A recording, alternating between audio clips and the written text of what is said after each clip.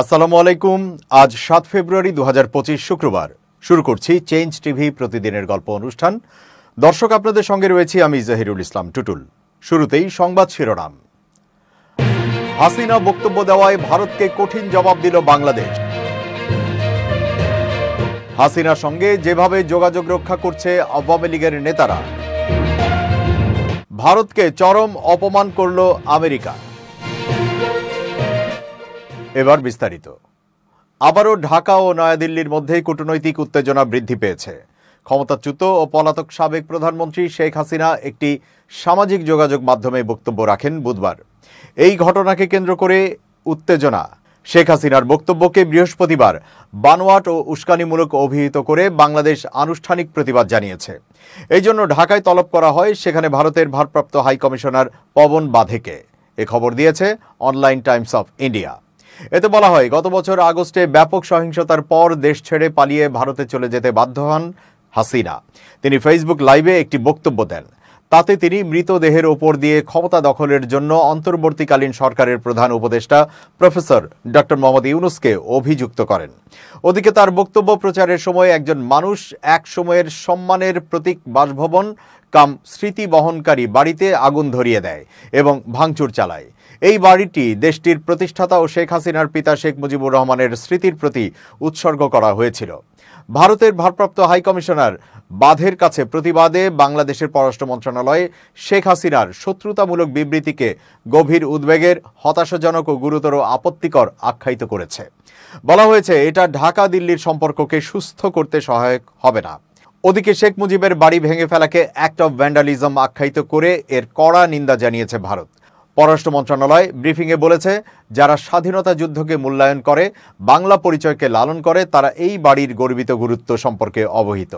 ভারতে অবস্থানকালে সামাজিক যোগাযোগ মাধ্যম বা অন্য কোনো চ্যানেলের মাধ্যমে শেখ হাসিনার মিথ্যা ও উস্কানিমূলক বিবৃতি বন্ধ করতে দুই দেশের মধ্যে পারস্পরিক শ্রদ্ধা ও সমঝোতার ভিত্তিতে ভারতকে অবিলম্বে ও যথাযথ পদক্ষেপ নেওয়ার আহ্বান জানিয়েছে বাংলাদেশের পররাষ্ট্র মন্ত্রণালয়।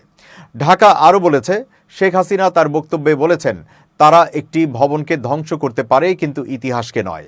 কিন্তু তাদের স্মরণ রাখতে হবে, ইতিহাস তার বদলা নেয়। এটাকে বাংলাদেশের বিরুদ্ধে শত্রুতাপূর্ণ আচরণ হিসেবে বিবেচনা করা হচ্ছে। একই সঙ্গে তার বিরুদ্ধে দেশে অস্থিতিশীলতা সৃষ্টিতে উস্কানি দেওয়ার অভিযোগ আনা হচ্ছে। পররাষ্ট্র উপদেষ্টা মোহাম্মদ তৌহিদ হোসেন সাংবাদিকদের বলেছেন, ভারত কি পদক্ষেপ নেয় আমরা সেটা পর্যবেক্ষণ করব।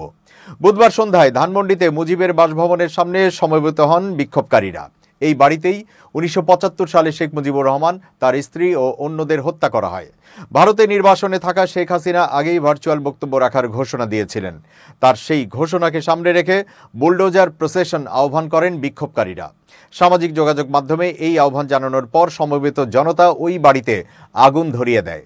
সারা দেশে একই রকমভাবে অগ্নিসংযোগ করা হয়। ওই বাড়িটি সংলগ্ন অন্য প্লটগুলো, যেখানে আওয়ামী লীগের কিছু অফিস ছিল, তাও ভেঙে দেওয়া হয়েছে। বিক্ষোভকারীরা শেখ মুজিবের মুরালও ভাঙচুর করেছে। অন্যদিকে শেখ হাসিনার প্রয়াত স্বামী ওয়াজেদ মিয়ার ধানমন্ডির বাসভবনেও আগুন ধরিয়ে দেওয়া হয়। ওদিকে বাংলাদেশ জাতীয়তাবাদী দল বিএনপি অস্বাভাবিক ঐক্য প্রদর্শন করেছে। তারা এই ধ্বংসযজ্ঞের নিন্দা জানিয়েছে। তারা বলেছে, এসব কর্মসূচির উদ্দেশ্য হল গণতন্ত্রকে ধ্বংস করা। এতে বিশৃঙ্খলা বাড়তে পারে, ক্ষতিগ্রস্ত হতে পারে দেশে ভবিষ্যৎ গণতান্ত্রিক অগ্রযাত্রা।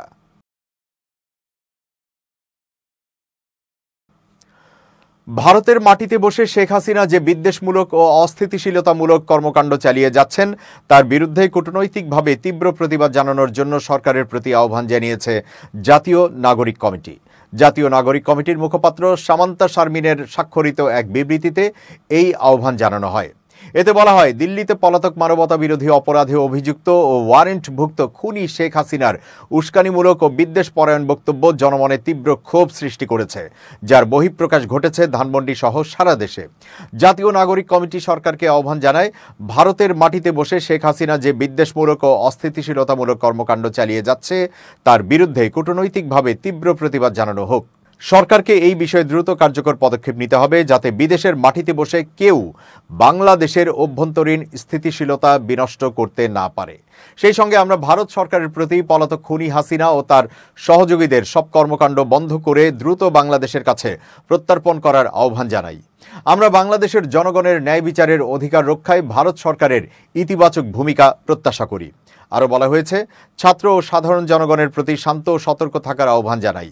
খুনি হাসিনা ও তার দোসররা দেশকে অস্থিতিশীল করার ষড়যন্ত্র করছে। এসব ষড়যন্ত্রের বিরুদ্ধে সবাইকে ঐক্যবদ্ধ থাকতে হবে। জাতীয় নাগরিক কমিটি সরকারের কাছে জোর দাবি জানিয়ে বলেছে, জুলাই হত্যাকাণ্ডে জড়িতদের দ্রুত গ্রেপ্তার করে বিচার প্রক্রিয়া সম্পন্ন করতে হবে। বিচারহীনতার সংস্কৃতি জনমনে যে ক্ষোভ সৃষ্টি করেছে তার সমাধান কেবল দ্রুত ও সুষ্ঠু ন্যায় বিচারের মাধ্যমেই সম্ভব। আমরা সরকারকে আহ্বান জানাচ্ছি, আইন শৃঙ্খলা পরিস্থিতি নিয়ন্ত্রণে দ্রুত কার্যকর ব্যবস্থা গ্রহণ করা হোক। জননিরাপত্তা নিশ্চিত করতে এবং যে কোনো অপশক্তির ষড়যন্ত্র রুখতে সরকারকে কঠোর পদক্ষেপ নিতে হবে। আমরা বিশ্বাস করি, ন্যায় বিচার প্রতিষ্ঠিত হলে জনগণের ক্ষোভ প্রশমিত হবে এবং দেশ স্থিতিশীলতার পথে এগিয়ে যাবে।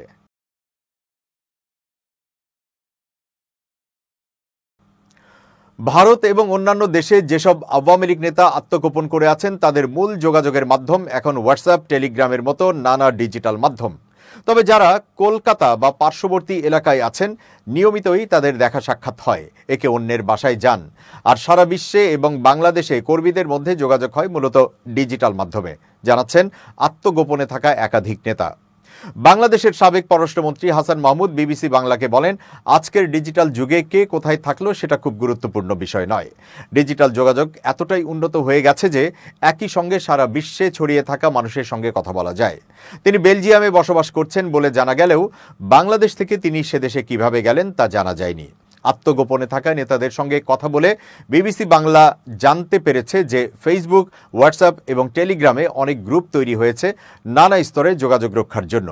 উপজেলা, জেলা ভিত্তিক এবং জাতীয় স্তরে সহযোগী সংগঠনগুলোর নানা স্তরে যেমন গ্রুপ আছে, তেমনি আওয়ামী লীগের সঙ্গে সম্পর্কবিহীন এরকম নামেও গ্রুপ রয়েছে।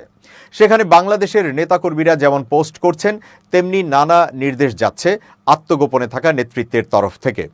এই গ্রুপগুলোতে নিয়মিত ভয়েস চ্যাটও হয়, মতামত বিনিময় করেন নেতাকর্মীরা। সম্প্রতি যে কর্মসূচি ঘোষণা করেছে আওয়ামী লীগ, সেসব কেমনভাবে চলছে বাংলাদেশের নানা এলাকায়, সেই সব ছবি, ভিডিও ওই গ্রুপগুলোতে নিয়মিত শেয়ার করা হচ্ছে বলে জানতে পেরেছে বিবিসি বাংলা। আবার কোন এলাকায় কোন আওয়ামী লীগ নেতার উপরে হামলা হলো বা কাকে গ্রেফতার করলো পুলিশ, সেই সব তথ্য গ্রুপগুলোতে দেওয়া হয় বলে জানিয়েছেন আত্মগোপনকারী কয়েকজন নেতা। আত্মগোপনকারী সাবেক সংসদ সদস্য পঙ্কজ নাথ বলেন, হতে পারে আমরা আন্ডারগ্রাউন্ডে আছি, ডিজিটাল মাধ্যমেই কর্মীদের সঙ্গে যোগাযোগ রাখতে বাধ্য হচ্ছি।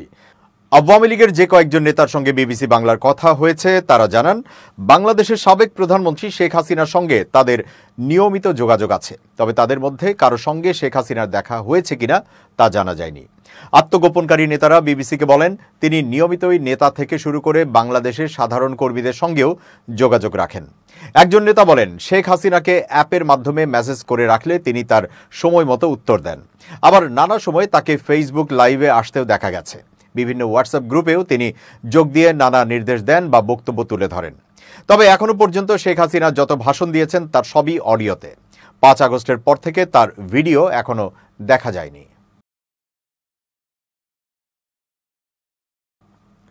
চলতি বছরের শেষ দিকে জাতীয় সংসদের নির্বাচন হতে পারে বলে জানিয়েছেন অন্তর্বর্তী সরকারের প্রধান উপদেষ্টা ডক্টর মোহাম্মদ ইউনূস। জাপানের ব্রডকাস্টিং কর্পোরেশন NHK দেয়া বিশেষ সাক্ষাৎকারে এই তথ্য জানান ডক্টর ইউনূস।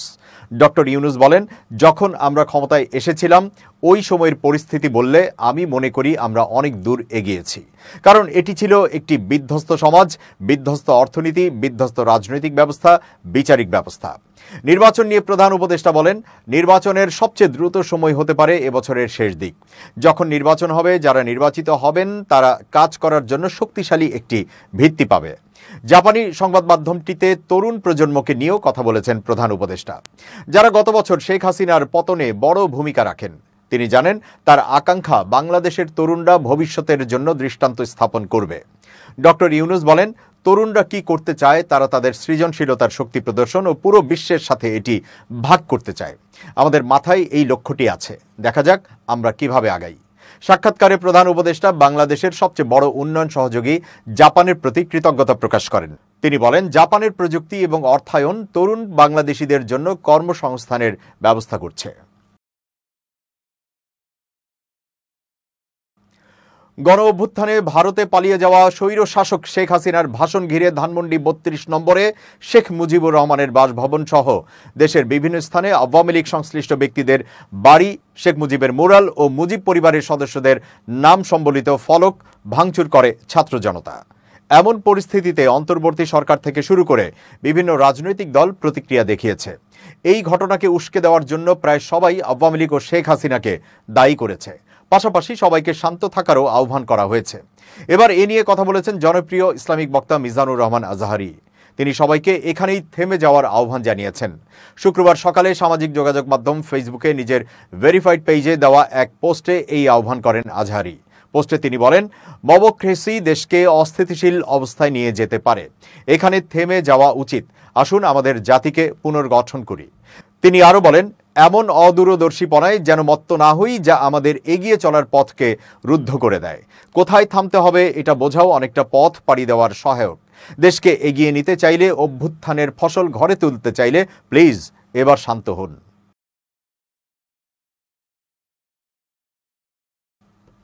এবার খুব জরুরি 1 মিনিট জানাচ্ছেন ইউনেস্কো ক্লাব পুরস্কার বিজয়ী সাংবাদিক আমরুল মোমিন মানিক। খুব জরুরি 1 মিনিটে প্রত্যেককে আমন্ত্রণ। প্রিয় দর্শক, সুখের সংজ্ঞা কি? কবি বলেছেন, নদীর এপার কহে ছাড়িয়া নিঃশ্বাস, ওপারেতে সর্বসুখ আমার বিশ্বাস। আমরা কিন্তু এই জীবনে তেমনটিই ভাবি যে ওই ব্যক্তি হয়তো সুখে আছেন, আমি সুখে নেই। উনি যেভাবে আছেন নিঃসন্দেহে ভালো আছেন, কিন্তু কখনো ভাবি না আমার যে অবস্থান সেটিই আসলে একটা সুখকর অবস্থান, বা আমার অবস্থানকে কেন আমি সুখী হিসেবে পরিণত করছি না। প্রিয় বন্ধুরা, সুখ ওই পারে নেই, সুখ দূরবর্তী কোনো জায়গায় নেই, সুখ অন্যের কাছে নেই। সুখ আছে কেবলমাত্র আপনার চিন্তার মধ্যে। আপনি যদি আজ থেকে ইতিবাচক ভাবতে পারেন তাহলে আপনিই সুখী হতে পারেন। সুতরাং আসুন অন্যের উন্নয়ন, অগ্রগতি, অন্যের উত্থানের দিকে না তাকিয়ে, না হতাশ হয়ে, বরং নিজেকে নিয়ে ভাবি, নিজেকে এগিয়ে নেবার চেষ্টা করি, নিজের কাজের মধ্যে সুখ খুঁজি। সবাই ভালো থাকবেন, শুভেচ্ছা নিরন্তর। দর্শক, এবার দেশের বাইরের প্রসঙ্গ। ভারতীয় অবৈধ অভিবাসীদের সামরিক বিমানে হাতকড়া ও শিকলে পা বেঁধে গতকাল বৃহস্পতিবার ফেরত পাঠায় যুক্তরাষ্ট্র। এ নিয়ে ভারতের রাজনৈতিক মহলে সমালোচনার ঝড় বইছে। দেশটির সংসদে বিরোধীরা বিষয়টি নিয়ে প্রবল হইচই করছে। তাদের বক্তব্য, যুক্তরাষ্ট্র ভারতীয়দের প্রতি অমানবিক ব্যবহার করেছে এবং তাদের অপমান করা হয়েছে।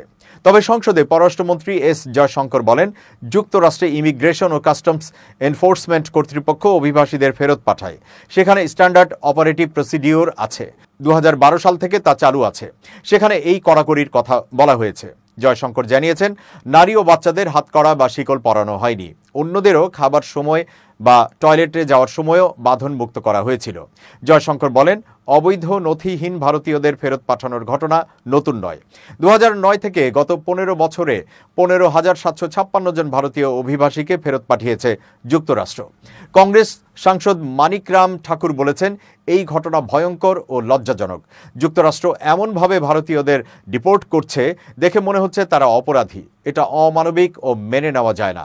কংগ্রেস সাংসদ শশী থারুর বলেন, বেআইনিভাবে যুক্তরাষ্ট্রে ঢুকলে তাদের ডিপোর্ট করার অধিকার যুক্তরাষ্ট্রের আছে, কিন্তু যেভাবে তারা ডিপোর্ট করেছে তা মেনে নেওয়া যায় না। সামরিক বিমানে হাতকড়া, পায়ে শিকল বেঁধে ভারতে ফেরত পাঠানো ভারতীয়দের প্রতি অপমান। তৃণমূলের সংসদ সদস্য সাকেত গোখলে বলেছেন, আমরা বিশ্বের 5ম সবচেয়ে বড় অর্থনীতির দেশ।